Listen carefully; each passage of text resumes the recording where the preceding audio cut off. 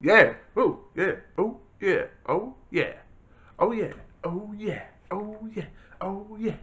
Oh, yeah. What's up? I'm Trent Windsor, and we're here in search of the perfect shuffle. It's time for another segment of clearing out the archives where I shuffle my music, and whichever album pops up, that's the album I review song by song.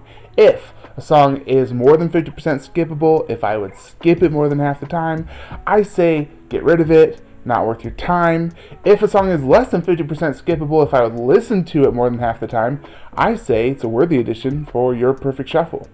Last time we shuffled our music, and the album that popped up was Malibu by Anderson Paak. Anderson Paak is an R&B, hip-hop, soul, funk artist, producer, multi-instrumentalist, rapper, singer, just all-around musician. His rise to success and stardom and fame has really been just incredible. Just in the time surrounding the release of this album, he was on 6 of the songs on Dr. Dre's album Compton. He released this album, then he was signed to Dr. Dre's record label. He was named a member of the 2016 XXL freshman class. He had a Tiny Desk concert with NPR. And to top it all off, this album was nominated for Best Urban Contemporary Album. That's a racist category, but we'll go into that some other time. Also, he was nominated as Best New Artist of the Year. So what was so great about this album that brought him so much attention? What's so great about Anderson Paak in general?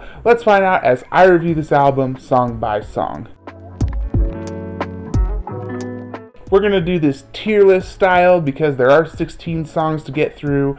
We're going to do tiers S, A, B, C, and D. Starting off with the S tier, we have songs like The Bird, which is so sexy and sweet and soulful. I really love the skillful use of live instruments. There's not a ton of sampling, and I really appreciate the fresh and authentic feel that gives. To top it all off with this track, you have Anderson Paak's smoky voice and poetic lyrics. He sounds like he came out the womb with a pack of cigarettes in one hand and a lighter in the other. But it works in his advantage musically. His voice is scratchy, it's very soulful, and super unique. The song The Season / Carry Me has very cool, lo-fi beat, and it has a great beat switch in the middle to another very great, cool, lo-fi beat. Two beats that really complement each other very well. This one has a little bit more of a rap feel than a singing soul type feel, but I feel like Anderson Paak has a very good and unique take on melodic rap. It's melodic rap from someone who actually knows how to write a melody, which is refreshing because I'm sorry, but Travis Scott only knows how to write one melody.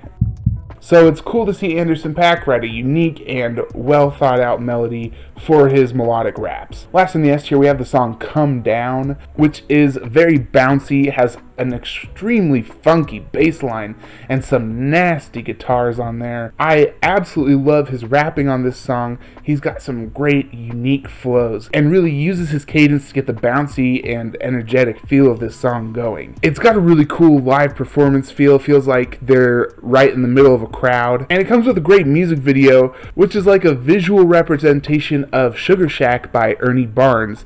And this song fits that groove and fits that feeling perfectly. All of these songs on the S tier are 15% skippable. Really incredible. Moving on to the A tier, we have songs like Am I Wrong featuring Schoolboy Q, a very groovy disco feel, some funky synths on there with some very nice bass and drums that add to the funk. And it's cool to see Schoolboy Q actually do a decent job in a melodic setting. We have the song Room in here featuring The Game and Sonia Elise. This one has a classic jazz sample which fits the lo-fi trend and really kind of hails back to some of the classic rap like Tribe Called Quest. It also swings like jazz. It's very confident and laid back. You also get a really great verse from The Game on this one. There's also the song Your Prime, which starts out in very classic slow jam fashion and kind of cycles between that and something a little bit more deliberate and driven. This song has a great rhythm and a very bright and youthful feeling.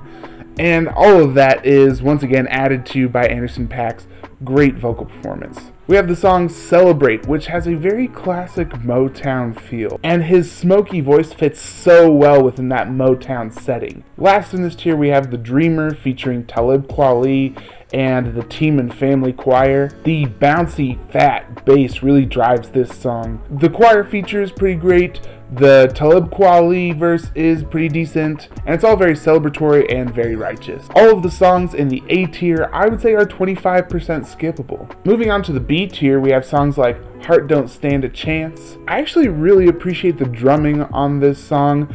You're going to hear a lot of drumming from Anderson Paak. That's kind of his main instrument, and he's really good at it. And it really works because he can feel the rhythm and fit right into those grooves. It's got some really soulful verses, but I didn't really appreciate the weird monkey noises, weird cackling that goes on during the chorus. A little bit weird, a little bit off-putting, not enough for me to dislike the song, but just a little nitpick there. We have the song The Waters featuring BJ the Chicago Kid. Really great harmonizing, two very soulful singers on this track. I will say the cadence on this song can be somewhat clumsy at times, and it ends very abruptly. We also have the song Put Me Through, which is very, very groovy, and it's more of a vibe than anything. There's not really any one part of the song that sticks out, a big chorus or a single strong instrumental element. It all comes together to form more of just a general vibe.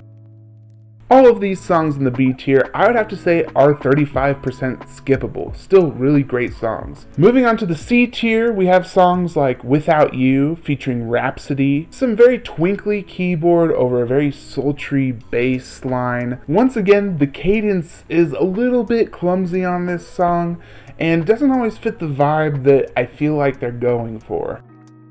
Rhapsody lays down a good verse, but I'm not sure it fits with this track. Still a nice song, but just some elements that don't seem to quite fit together as well. We've also got the song Parking Lot, which is a very sunny, beachy vibe. It rides a very weird line in between upbeat and relaxed, to the point where you're not exactly sure where it fits. Once again, this is a song that's more of a vibe than a set of specific impressions. While I do have my problems with these songs on the C tier, I will say that they're all still 40% skippable. Last on the D tier, we have songs like Lightweight, featuring the Free Nationals United Fellowship Choir. This is a song that just has too many layers to it. There's this weird pitched down talking throughout the entire track. It really distracts from something that could be very nice and listenable. It also has whispered emphases at the end of every phrase, and that gets super annoying. So those two things kind of screw up that song as a whole. We also have Waterfall Interlude. Anderson Paak singing on this track is really weird to me. Like, it's almost too proper, like he's trying too hard to enunciate his words. Also, sometimes it feels a little bit atonal, like he's slipping in between singing and speaking. He's also just not very subtle on his sexual innuendos, which makes it not sexy. We also have the song Silicon Valley, where he has that exact same problem. He says, I want to know what's behind those tiggle bitties, which is apparently the heart, but he's definitely focusing on the bitties a little bit too much. He also says the phrase tender titty meat in this song, and I don't think that phrase should be in any song ever. Tender titty meat, let's put that on a list of phrases that should never be uttered in any song ever again. These songs on the D tier, they have some legitimate issues, but musically they really can be effective, but just those small things really push it over the edge for me. I have to say these three songs are 55% skippable. Mathematically, adding everything up, this album as a whole is only 33% skippable. Anderson Paak on this album is making music that sounds fresh, but that never forgets its roots. He blends hip-hop and R&B in a way that sounds totally unique, and he never forgets to make it sexy. This is an album full of absolute grooves, and one that I think nobody should miss out on. Alright, let's shuffle our music and see which album I'll be reviewing next. Alright, let's just go into our music library here. We're going to go to albums and hit shuffle. Alright, looks like the next album I'll be reviewing is Food by MF Doom. If you like what I'm doing here, please like this video, subscribe to my channel, and turn on notifications. Let me know in the comments what you think about Anderson Paak and what you think about Malibu. All musical opinions are valid, and I'd love to hear yours. Let me know if there's an album you'd like me to review. I do one request a month. And check the links below for my playlist of Best of 2019, as well as the playlist for Best of 2020, which is a playlist that I'm updating regularly. I'm Trent Windsor, and this is The Perfect Shuffle.